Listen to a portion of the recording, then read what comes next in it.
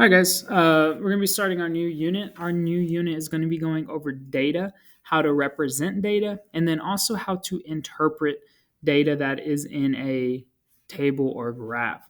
So we're going to be looking at a lot of different types of tables and graphs in this unit.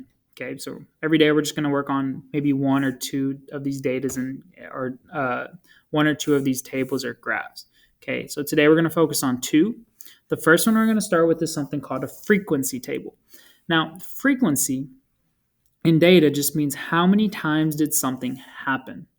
Okay, so a frequency table is used to organize data in a meaningful way. So we may have some data from something, but that data may not be organized and may not be easy to look at. So we use frequency tables to just organize data that we have. So let's go ahead and look at the first problem. And what we're going to make a frequency table, and it's also going to kind of show us how it makes the data a lot more neat and easier to look at. So the first thing we're going to talk about is Miss Ray. She surveyed her students about where their favorite place was located to read books. The results of survey are shown below. We're going to use the responses that she got to create a frequency table to make sure our data is organized. So right here we have some reading spots, and Miss Ray basically just asked her students, hey, where's your favorite spot to read? And then they told her. And she has this data out here, but the thing about it is that it's not really easy to maybe answer questions like how many students liked home, or how many more liked reading at the coffee shop than the park. It's not the easiest to look at, or which one did they like the second most, right, or the least, right? Because the data is not really organized; it's just kind of thrown all into the table. So sometimes we have data like that, and we just want to organize it. Frequency tables are great for that. So I'm going to go ahead and fill in this frequency table. So we have uh, our we have some rows for our data. We have one row for home, for park, for coffee shop, and for library.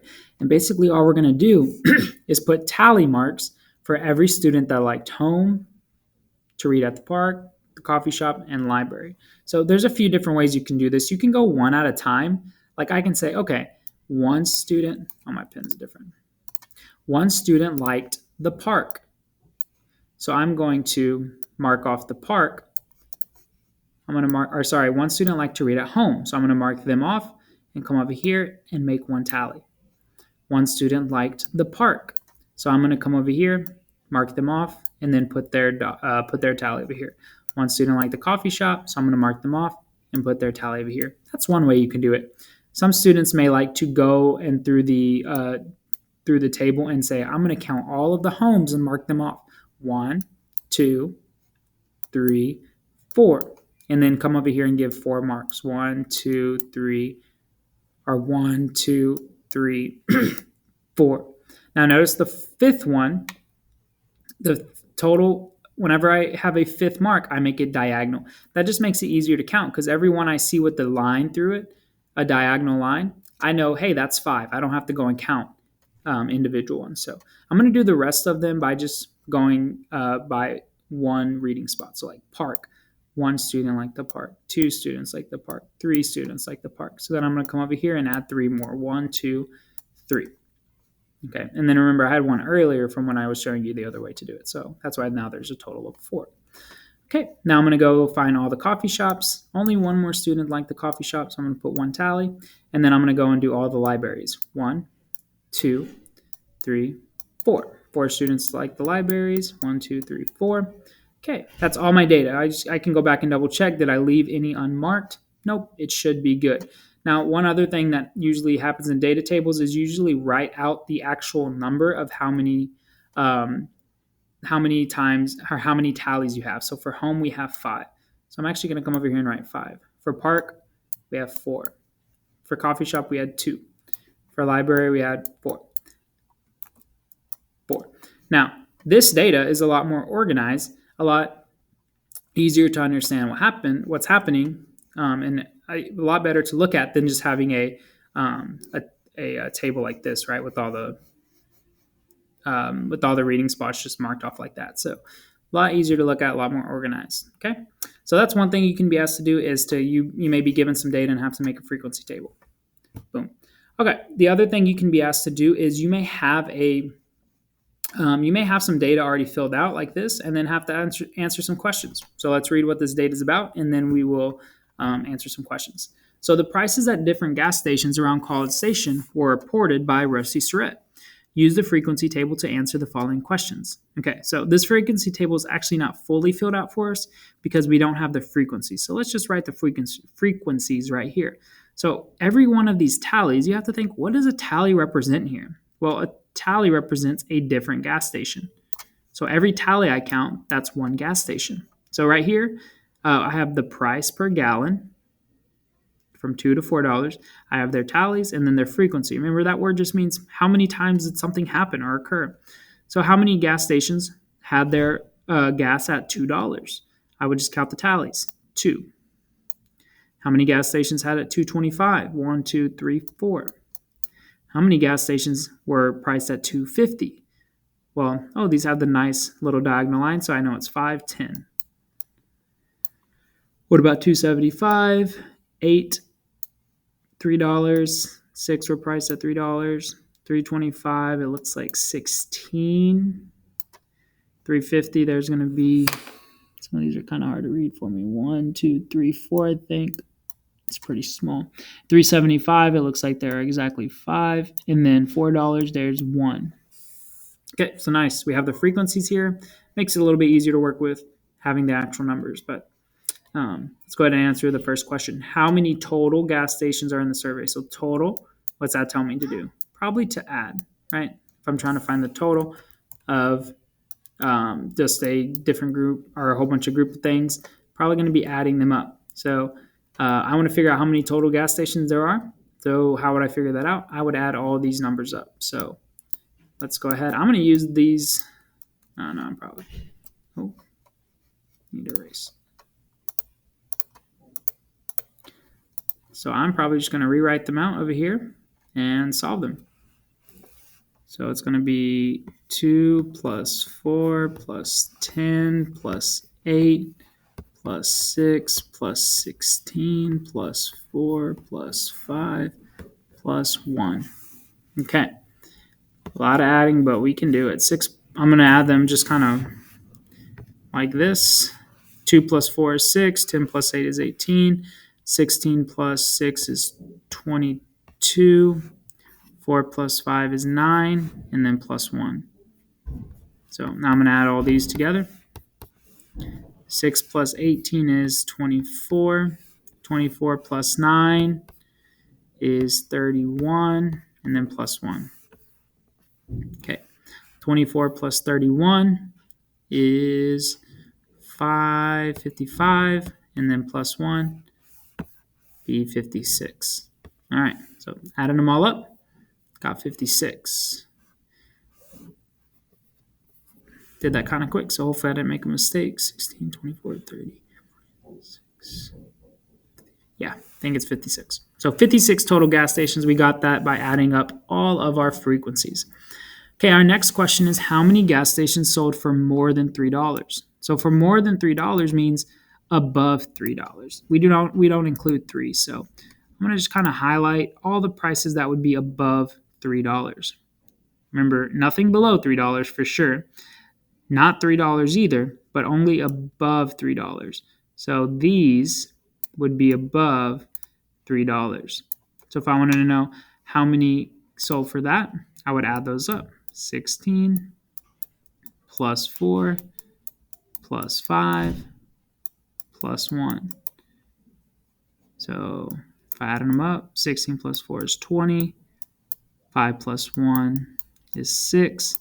20 plus 6 is 26. So 26 sold for more than $3. All right, number 3, how many gas stations sold for more than $2.50 but less than $2.50? So again, I'm going to highlight. More than $2.50 means doesn't include $2.50, it's only above it. So nothing below $2.50, not $2.50, but only above it.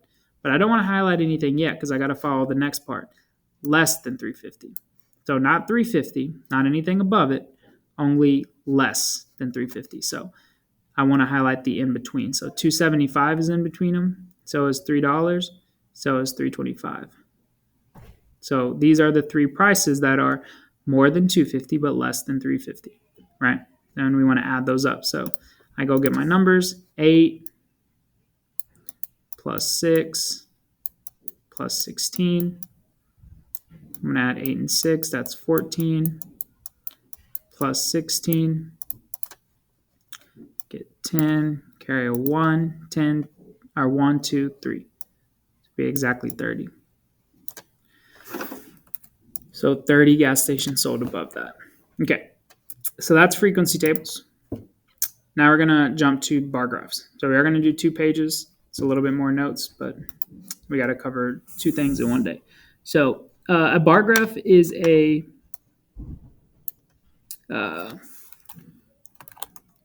categorical.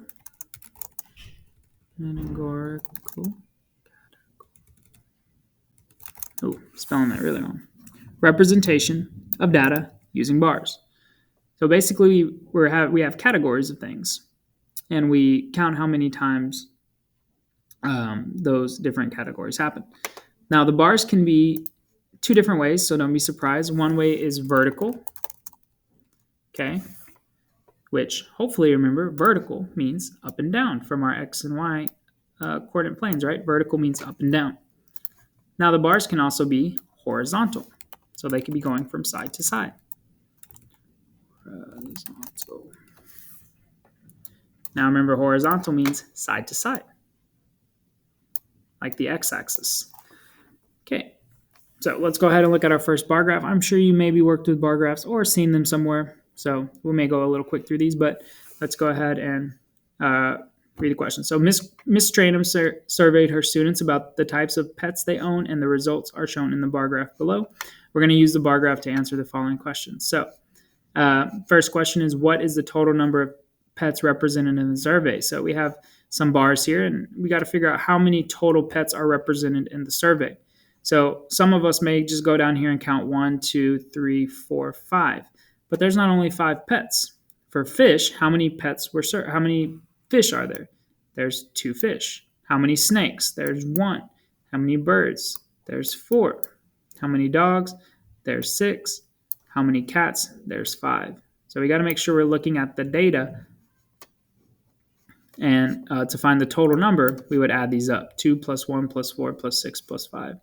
2 plus 1 is 3. 3 plus 4 is 7. 7 plus 6 is 13. 13 plus 5 is 18. So we just added those up. All right, number 2. How many more people had dogs compared to fish and snakes? So we're going to take dogs. How many people had dogs? 6 minus, and then how many people had fish and snakes? So we got to look at fish. 2 people had fish. 1 person had snakes. So to combine that would be 3. So if you want to write this as a fancy math problem, you would say parentheses 2 plus 1, close parentheses. This is where having your PEMDAS would be good to know. And then we would do 6 minus, and then we would solve 2 plus 1. 2 plus 1 is 3. And then we would solve that 6 minus 3 is 3. So our answer is 3. 3 more people had dogs compared to fish and snakes. Okay. And then the fish was 2 and the snakes was 1. That's where I got those numbers. And dogs was 6, right? Okay, if each student only has 1 pet and there are a total of 25 students, how many do not have pets? So if there's 25 students and every student in the survey only had 1 pet, how many students are there? There would be 18 students because there's 18 pets and every student had 1 pet. Now, how can we figure out how many do not have pets? 25 students, 18 have pets. How many do not have pets? What would we do with those 2 numbers? We would subtract. We want to take away all the students that do not have pets, that do have pets, and that would leave us with the amount of students that do not have pets. So 25 minus 18, we get 7. Okay.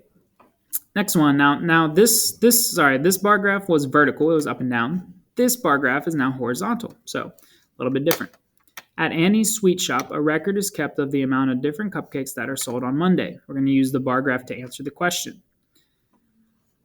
Okay, how many cupcakes were sold on Monday? Well, again, we got to figure out how many were sold every day. Now, this is kind of a weird bar graph. Let's look. It goes from 0 to 15. 15 skip 1, 45. 45, skip 175. So we got to figure out what's going on in the middle. Well, 15, 45.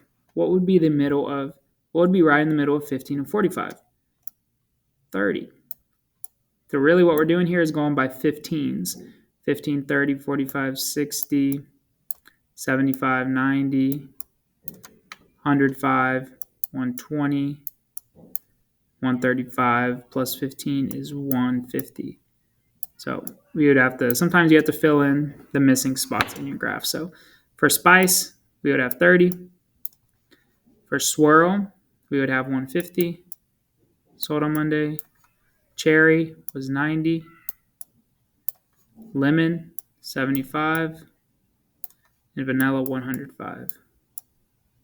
Okay, so how would we figure out the total? Well, we would have to add these up. The video is already a little long, so I'm not going to do that part. It's just, you just would have to add them up, which hopefully we can do if we needed to. How many more people brought lemon cupcakes than swirl cupcakes? So how many more usually tells us to subtract. So we want to figure out, you want to get the lemon amount, 75.